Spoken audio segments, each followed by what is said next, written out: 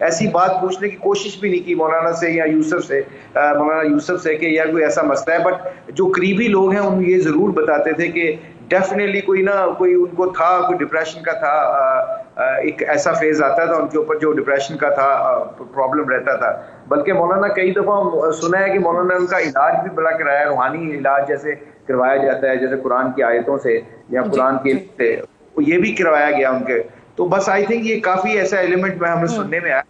But واللہ علم یہ تو ابھی اس موقع کے اوپر تو مجھے کچھ سمجھ بھی نہیں آ رہی کہ اس چیز کو کیسے ڈسکرائب کروں جو اس سچویشن. یقیناً آپ درست کہہ رہے ہیں، اور ہمارے لیے بات کرنا مشکل ہو رہا ہے، تو یقیناً مولانا صاحب کی فیملی کے لیے اس وقت کسی بھی بات کا جواب دینا بڑا مشکل ہوگا. مشتاق بھائی یہ فرمائیے گا، آپ 3 بھائی ہیں، یوسف بھائی سے تو رابطہ رہتا ہے، مولانا صاحب کی مصروفیات کے حوالے سے، کبھی لائن اپ کرنے کے حوالے سے بھی یوسف بھائی سے بڑا تعلق رہتا ہے، لیکن کیا آپ بتا سکتے ہیں یہ جو عاصم ہے یہ سب سے چھوٹے تھے، عاصم جمیل مولانا صاحب کے بیٹوں میں؟ یہ مڈل میں تھے، پہلے یوسف تھے، پھر عاصم، پھر جو سب سے چھوٹے بیٹے ہیں وہ علی تھے. جو عاصم ہے یہ مڈل والے تھے. یہ میں کہ یہ بڑے مطلب پاس بیٹھ کے کرکٹ کی باتیں سنتے تھے، بڑے غور سے سنتے تھے. بلکہ سعید بھائی کو میں اور سعید انور صاحب اکثر ان کے پاس جایا کرتے تھے، تو یہ سب سے زیادہ کوشچن یہی کیا کرتے تھے کرکٹ کے بارے میں کہ جی کیا ہو رہا ہے. یہ ان کی اپنی فیملی تھی ان کی یا سنگل تھے؟ I think he was married once. I think یہ ان کی میرا خیال شادی بھی ختم ہوئی ہے، کوئی اس طرح کا بھی مجھے سین ہے، کنفرم نہیں ہے. بٹ یہ باتیں مجھے ریومرز کا پتہ چلا کیونکہ میں ریسنٹلی میں انگلینڈ چلا گیا، وہاں پہ میں کوچنگ شروع کر دی. مگر جتنا مجھے پتا ہے آئی تھنک شادی بھی ہوئی تھی، میرا خیال شاید شادی وہ کنٹینیو بھی نہیں ہو سکی، کچھ اس طرح. بٹ آئی ڈونٹ نو، واللہ علم یہ جو چیزیں ہیں جب تک مجھے، کیونکہ کسی کے جب آپ کے ساتھ پرسنل تعلق بھی ہوتے ہیں اینڈ اس کے بعد آپ پرسنل باتیں پوچھنا بھی نہیں چاہتے. بٹ اس موقع کے اوپر اوبویسلی جو لوگ ہیں جو جانتے ہیں، بس ہمارا مقصد تو یہی آپ جاننا چاہتے ہیں تاکہ لوگوں کو پتہ چلے کہ کئی دفعہ سچویشن ایسی ہوتی ہے. اور یہ بڑا ایک ایسا مسئلہ ہے، یقین مانے آپ کے پروگرام کے توسط سے یہ میں بتانا چاہتا ہوں، please speak to your children. جب بھی آپ کے پاس ٹائم ہو اپنے بچوں کے ساتھ بیٹھ کے ان کی باتیں سنا کریں. اگر آج ہم نے اپنے بچوں کو ٹائم نہ دیا یا ان کے دنیا کے کاموں میں مصروف ہو گئے اور اپنے بچوں کے پاس ٹائم نہ گزارا تو بچے پھر کسی اور کو باتیں سنائیں گے، پھر بڑا ہمیں اور بھی مشکل ہو جائے گا. اس موقع کے اوپر تو ہمارے لیے بہت بڑا سبق بھی ہے کہ ہم اپنے بچوں کو سب سے زیادہ ٹائم دیں تاکہ ان کی کنڈیشن کا ہمیں پتہ چل سکے کہ کون سے مائنڈ، کون سے اسٹیٹ ہیں وہ. جی بالکل آپ درست کہہ رہے ہیں. جو ویکیوم ہے یا جو وہ چیز جو بچے نہیں ڈسکس کر پاتے، نکال نہیں پاتے، اگر والدین وقت دیتے ہیں تو پھر وہ کمیونیکیشن گیپ پیرنٹس اور بچوں کے درمیان ختم ہو جاتا ہے. مولانا مفتی فضل سبحان صاحب بھی میرے ساتھ موجود ہیں، بہت شکریہ. یہ یقیناً مولانا طارق جمیل صاحب کے لیے بڑا مشکل لمحہ ہے، بڑا مشکل وقت ہے. جوا سال ان کے بیٹے جو کہ اس دنیا سے چلے گئے. سبحان صاحب آپ کا بھی تعلق رہا ہے اس طرح سے، بچوں کے ساتھ تعلق رہا ہے مفتی صاحب کے؟ نحمدہ ونصلی علی رسولہ الکریم. دیکھیں سب سے پہلے تو اس دکھ کی گھڑی میں ہم سب ان کے ساتھ شریک ہیں. انا للہ و انا الیہ راجعون. اللہ حضرت مولانا طارق جمیل صاحب کو، ان کی تمام فیملی کو، ورثاء لواحقین پسماندگان کو صبر جمیل نصیب فرمائے. دیکھیں جہاں تک تعلق کی بات ہے تو وہ تعلق تو اتنا زیادہ نہیں ہے، لیکن یہ کہ مختلف واسطوں کے ذریعے سے معلومات لینا یا انٹریکشن ہونا وہ بات ضرور تھی. اب یہاں تک جو بات ہے تو ایک ہے کہ اس کے پرسپیکٹو کو تلاش کرنا کہ بھائی یہ گولی لگی یا خدا نخواستہ خودکشی ہوئی، وہ ڈیپ ڈاؤن فرسٹریشن کا شکار تھے یا وہ زیر علاج تھے، یہ ساری باتیں تو ایک پیراڈائم ہے. دوسرا زاویہ یہ ہے کہ یہ کتنا بڑا سانحہ ہے. آپ نے مختصر سے اشارہ دیا کہ ایک شخص سے سوال پوچھا گیا سب سے بڑا غم کون سا ہوتا ہے جو باپ کی کمر کو توڑ دیتا ہے، تو جواب یہ آیا کہ ایک بوڑھے باپ کے کندھے پر جوان بیٹے کی میت. تو جن کے اوپر یہ افسوسناک سانحہ یا حادثہ آیا ہے ان کے دل پر اس وقت کیا گزر رہی ہے؟ غم وہ کہ لہو کر دے اندر سے ہمارا دل، ہم وہ کہ پگھل کر آنسو بھی نہ نکلنے دے، بجائے صبر کے، بجائے تسلی دینے کے، بجائے اظہار تعزیت اور ہمدردی کے، اگر میڈیا پر اس طرح کی نیگیٹو باتیں وائرل ہوتی ہے کہ خودکشی ہو گئی اور جی وہ ذہنی مریض تھے اور جو ہے وہ اس طرح وہ فرسٹریشن کا شکار تھے، تو اس سے ہم سبحان صاحب آپ کی آواز مجھ تک نہیں پہنچ رہی ہے. مشتاق بھائی جو پوائنٹ ریز کر رہے تھے نا مفتی فضل سبحان صاحب، وہ بڑا امپورٹنٹ ہے. میں ابھی تھوڑی دیر پہلے سوشل میڈیا پر دیکھ بھی رہی تھی کہ جیسے ہی یہ تکلیف دہ خبر سامنے آئی ہے اس کے بعد، کیونکہ اس سے پہلے بھی مولانا طارق جمیل صاحب عموماً ٹرولنگ کا بھی شکار ہیں سوشل میڈیا پر، تو اس وقت ایک عجیب و غریب سی ٹرولنگ اتنے مشکل وقت میں ان کے لیے شروع ہوئی ہے کہ مفتی صاحب خود، مولانا صاحب خود جو ہے وہ تبلیغ کیا کرتے ہیں، لوگوں کے لیے بات کیا کرتے ہیں، اور ان کے بیٹے کے حوالے سے خودکشی کی خبر آنا. تو ذرا اس پر فرمائیے گا مشتاق بھائی، ذہنی معذوری تھی اور شرن بھی ایسا شخص گنہگار یا مجرم ہوتا ہے؟ ذرا اس پر فرمائیے گا، کیونکہ آپ بہت کلوزلی جانتے تھے، اس لیے میں آپ سے پوچھ رہی ہوں. دیکھیے یہ تو علماء کرام مفتی حضرات بہتر طریقے سے ڈسکرائب کر سکتے ہیں، میں آپ کو صرف اتنا بتاؤں گا. I would request، آپ کے پروگرام کے توسط سے ریکویسٹ کرتا ہوں، اللہ کا واسطہ ہے اپنی اوپینین کو تھوڑا سا ہولڈ کیا کریں، اور اپنے وقت سے پہلے کوئی اپنی سٹیٹمنٹ نہ دے جس سے مجھے بھی امبیرسمنٹ ہو، اگلی فیملی کو بھی امبیرسمنٹ ہو. اور اگر کسی کوئی ایسی سچویشن ہے بھی ہے تو اس طرح کی اوپنلی بات کرنا کہ یار ایک بندہ ہے. اب دیکھیں نا، نوح علیہ السلام کے بیٹے کو اگر اللہ نے دین وہ اسلام نہ دیا تو کیا نوح علیہ السلام فیل ہو گئے؟ کیا ان کی زندگی، کیا وہ نبی تھے؟ تو ایسی باتیں کرنا یا ایسی باتوں کو سامنے لانا یہ مناسب نہیں ہے، اس وقت کے مطابق مناسب نہیں ہے. اس وقت تو سوچے تو صحیح، ان کی جگہ بندہ خود سوچ کے یہ سوچے کہ اگر جیسے مولانا مفتی صاحب بتا رہے تھے کہ سب سے مشکل ترین لمحہ ہے کہ ایک بوڑھے باپ کے کندھے کے اوپر اس کے بیٹے کا جنازہ چل رہا ہو، اس سے بڑھ کر تکلیف دہ بات کیا ہو سکتی ہے؟ اس باوجود ہم سوشل میڈیا کو اس طریقے سے یوز کرتے ہیں کہ کسی کی فیلنگ کا پتہ ہی نہیں چلتا، بس وہ اپنی سٹیٹمنٹ دینی ہے، کسی کو پرکھنا ہے، کسی کو تولنا ہے. اللہ کا واسطہ یہ بڑی دنیا چھوٹی سی ہے، اس لوگوں کے غموں کو غم سمجھیں، اس کے وقت ان کو شامل ہوں، کیونکہ یہ بہت امپورٹنٹ ٹائم ہے کہ مولانا طارق جمیل صاحب نے اللہ کے دین کے لیے اپنی ساری زندگی کو صرف کیا ہے. اور باقی جو حالات آتے ہیں، حالات تو نبیوں کے اوپر بھی آئے، تو حالات کا آ جانا یہ ناکامی بن گئی. حالات کا آ جانا کوئی درست کہہ رہے ہیں آپ. اور انبیاء کرام کے اوپر بھی صعوبتیں آئیں، مشکلات آئیں، اور پھر ہم نے وہ بھی تاریخ کی کتابوں میں پڑھا کہ جس طرح سے انبیاء کرام کو پریشان کیا گیا، حضرت مریم علیہ السلام کو پریشان کیا گیا، دیگر انبیاء کرام کو پریشان کیا گیا. اس وقت جو یہ ہائبرڈ اس وقت سارا سلسلہ پر جس طرح لوگ ایکٹیو ہو جاتے ہیں، اس طرح کی کوئی بھی سچویشن آتی ہے، کسی کے اوپر بھی آتی ہے، تو اس کے اوپر ایک نیگیٹیوٹی کا ایلیمنٹ ہمیں نظر آتا ہے، وہ شروع ہو جاتا ہے. اس پر ذرا بتائیے گا کہ یہ اس لمحات پر، ایسے لمحات میں اس طرح کی باتیں اور اس طرح کی چیزیں کرنا کیا یہ ایک درست عمل ہے؟ بالکل نہیں ہے، بالکل نہیں ہے. اور دوسری بات ہے کہ میرے نبی نے فرمایا ہے کہ جب تمہیں کوئی غم آیا کرے تو میرے غموں کو یاد کر لیا کرو، تمہیں اپنے غم کم لگیں گے. اب نبی کریم صلی اللہ علیہ وسلم کے 3 بیٹے ہوئے اور 3 اللہ کو پیارے ہو گئے.